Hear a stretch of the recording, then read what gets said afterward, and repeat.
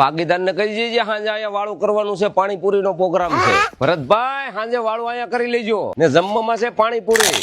હાંજે અમારા કાકારે પાણીપુરી ખાવાની છે. એટલે આ જુગલાએ તો ઉપાડો લીધો પાણીપુરી નો, મને હાંજે બોલાવ્યો. તમે હું ન્યા કરો પાણીપુરી નું હાંજે ધરાહર મોઢું કરાવશું. એટલે આપણે ઓલા અપલખડા ને ફોન કરી દઈએ, હાંજે પાણીપુરી ખાવા પોગી જાય.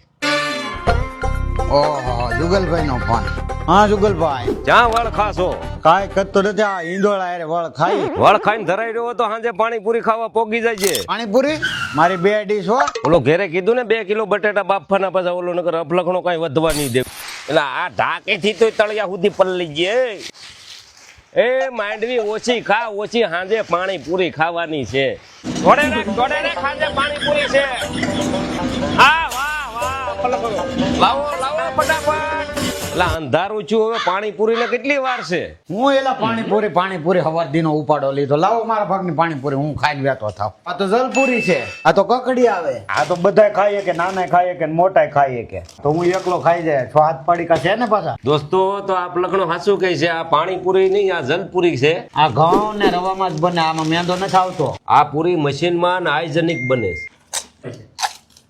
મારો આખો વાઇટ કો ભરજો. હા ભાઈ તને ધરવી દે, હું ખાવા માંડ. મારી પેલાથી 3 પૂરી ખાઈ ગયા.